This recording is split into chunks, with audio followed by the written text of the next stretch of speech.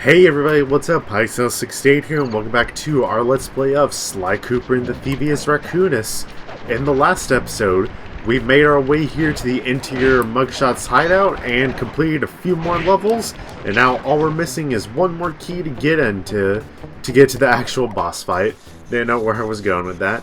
In this episode, we're gonna get that last key, and we're gonna take out Muggshot himself. Let's get on with it by heading into our final level, Back Alley Heist.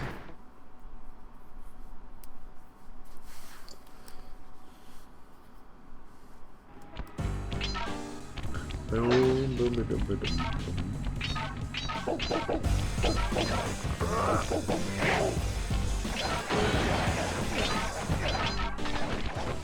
Let's head on up here. Only 30 bottles in this level. Good, good.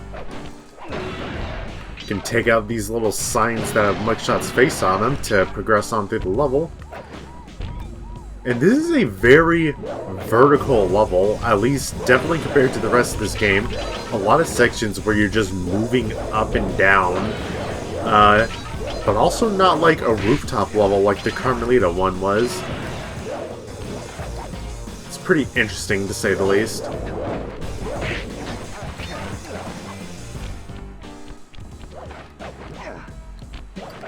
Oh, did I screw up with that? I didn't. Okay. Nice. Avoid that spotlight there.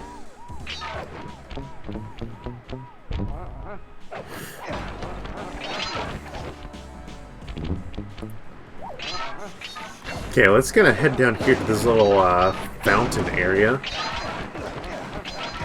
Get some more coins. I don't think there's any bottles down here, surprisingly. There is a horseshoe in this stack of tires, though. That's always good to have.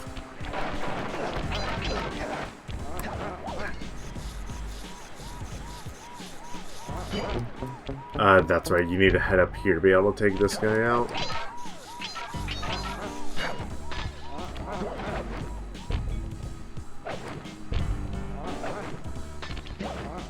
Need to be up here for a lot of stuff, actually, because there's like there's a trail of these dudes that you need to take out. But now that we've gone above them, we can just run on behind them, take them all out.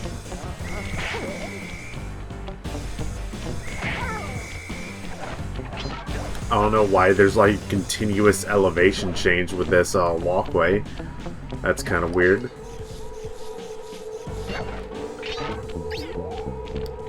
Oh, this area. Okay, you gotta crouch down behind these signs to avoid the spotlights. It's definitely a pretty interesting thing.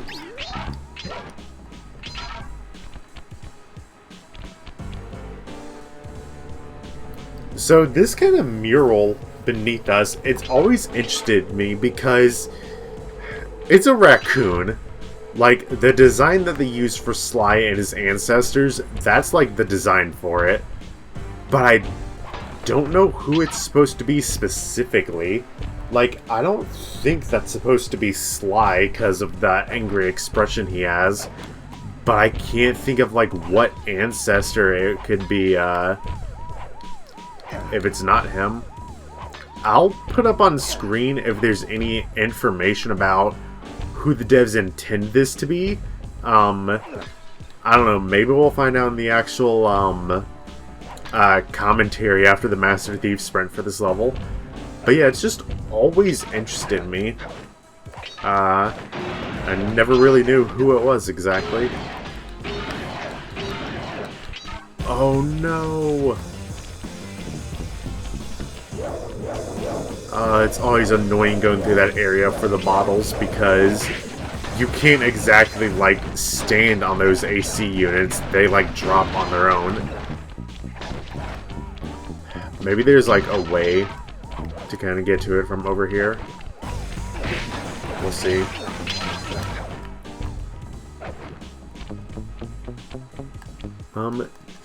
Okay, there is, God, you just gotta be like real particular with it, I guess. There we go. Nice. God, we like almost missed 2 clue balls in this level. Thankfully, there were like ways to get them though.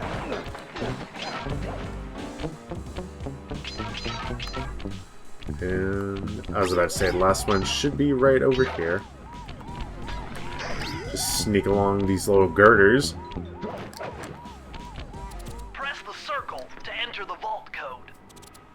I could have broken this code in my sleep. The combination is 565. 2, 3, 4, 5. Okay, well, since I already went the first way, I should have just kept going because that would have been faster.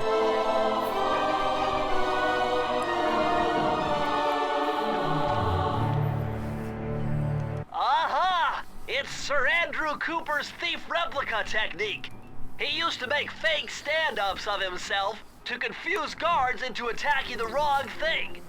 Use the triangle button to put together a fake Sly Cooper.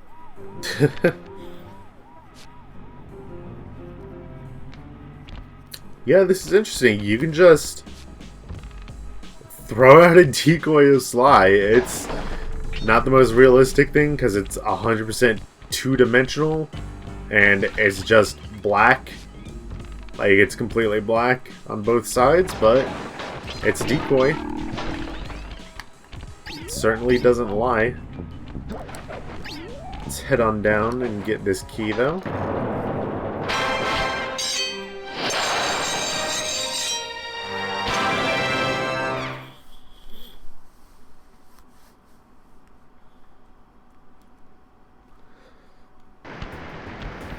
Alright, now that we have all the keys, first off, let's get rid of these 2 dudes. And head on over here and open up this. Bentley said there's a lever behind it to open up Muggshot's mug.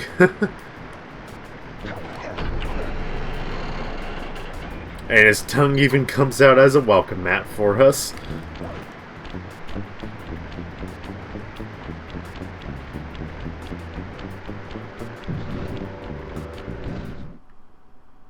Last call.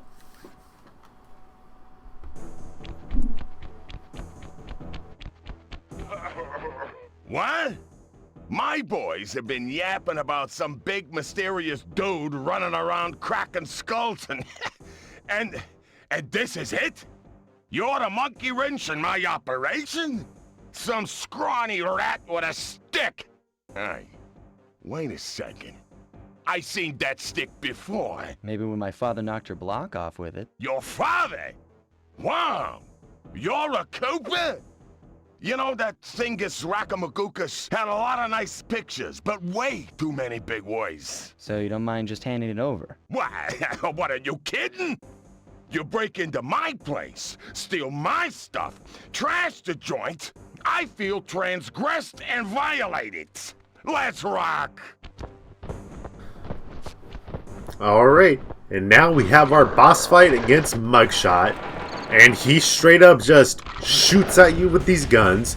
You can't directly damage him, so what you actually have to do is smack these mirrors to light up these big crystals. I don't know why he has this stuff here. Once you hit them all... Thought that was the last... Oh, I did not expect him to hit me. My beautiful gun is destroyed! Good thing I got a spare upstairs. Yeah, once you hit them all, it gets hot enough to actually burn him and it'll destroy his gun. We're up here to another floor. And be mindful that if Muggshot shoots the mirrors, it'll flip them back around. So you'll have to go and hit them again if that were to happen.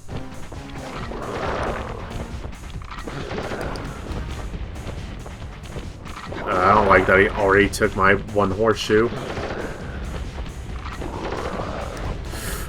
I don't know how I dodged that. Now he destroyed his gun again, so he heads up even further. I like how he has an elevator for us as well. That's nice. And now we're on a chandelier. Come on. This is one definitely where you have to be mindful of the of him shooting these, because you can take cover behind these all day and not get shot, but if you flipped it, him shooting it will flip it back around. Okay. Just one more mirror to hit. And that's that for Muggshot. This is impossible. A little pipsqueak like you beating a big, strong bruiser like me? It ain't right. You want all of that stupid picture book? You're gonna have to go down to Haiti and cross paths with Miss Ruby. And then believe you me, you don't want to be you. Muggshot's section of the Thievius Raccoonus contained an entry from my gunslinging ancestor, Tennessee Kid Cooper. His specialty was the rail walk and rail slide, moves perfected through a lifetime of theft in the Old West. Getting out of town proved to be a little more challenging than getting in. Having just missed us, Inspector Fox went for the next best thing and dragged that canine steroid case off to jail. That was the end of Muggshot's gambling empire, and Mesa City's citizens soon returned home. While me and the boys, well, we enjoyed the rest of our stay in America, and then returned to Paris, ready for our next mission. I never put two and two together that Muggshot's hideout is in Utah, which you could argue is part of the Old West, and he has the Thievius Raccoonus page for the Old West Cooper ancestor. I figured out a way to get us to Haiti. What's Murray doing? Oh, Murray's... Is that the PS1 with the TV screen attachment? I'm gonna put a picture up on screen, but that's 100% what it looks like. That's funny. Anyways, we're actually gonna call it here for this episode. I have a reason why. You'll see soon enough. But next time, we're gonna go down to Haiti and cross paths with Miss Ruby. See you guys then.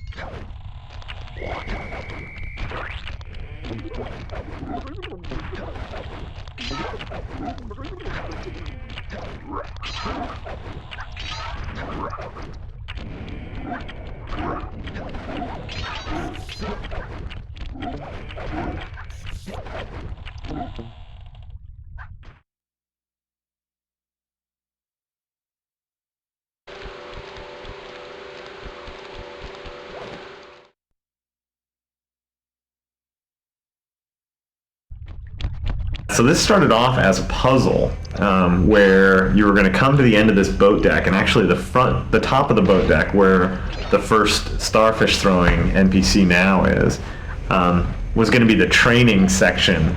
And the idea was going to be that there was going to be invisible lasers all over this area, and you were going to have to spray something into the ahead of you to expose the beams, either smoke or frost or something in front of you. And so it was actually laid out very rectangularly, and there were all these things to jump on, these floating platforms to jump on, and you had to kind of, each time you did a jump, you had to kind of look around you for the invisible lasers and then make your next jump. And as we backed away from the puzzly, slower gameplay, that was the first idea that went away. Yeah. So then what came? Well, there was also the idea of once you got to the rear set of the buoys that floated on the water, that there was a giant fish that was sitting below Oh you. yeah, the giant fish. And he was the one that paced you and made you want to move forward faster and get through the level, or otherwise he'd come up and gobble you up. Yeah, so the giant fish, he got cut. Giant fish got cut. We definitely learned a thing or two about physics engines in games. How the predictability of something animated over relying on the physics engine to work itself out is usually... Yeah, the physics engine tends to work well in really clean, isolated situations, or in shrapnel, or in other situations where you want good-looking sort of ambient animation, but not as good for stuff that has to work 100% of the time, super predictably. And then I think environmentally, I think this was one of our first levels that really had a good kind of, I don't know, misty, really rich kind of textured feel to it. You know, the fire on the side, which you can see from outside, and the approach even. All the, like, the moss hanging off of everything, and just kind of... Yeah, a lot of really kind of organic richness in this level, especially back, you know, when there was fish and all that stuff. The waters, you know, being space warped, and, you know, has some interesting stuff going on, and, you know, all the surface effects that the texture artists put in, all really, I think, made this a really good looking level, and one that we kept investing in because it was something that, you know, the surroundings were so appealing that we wanted to make sure we used it in a really constructive way. The wisps floating through the air and whatnot, but with the fire in the background, brought out a great richness in the environment. I remember when I first loaded it into the world after it had just gone through this massive change, and it was just one of the most spectacularly beautiful levels that we had at the time. That it was just exciting to go back and play through it.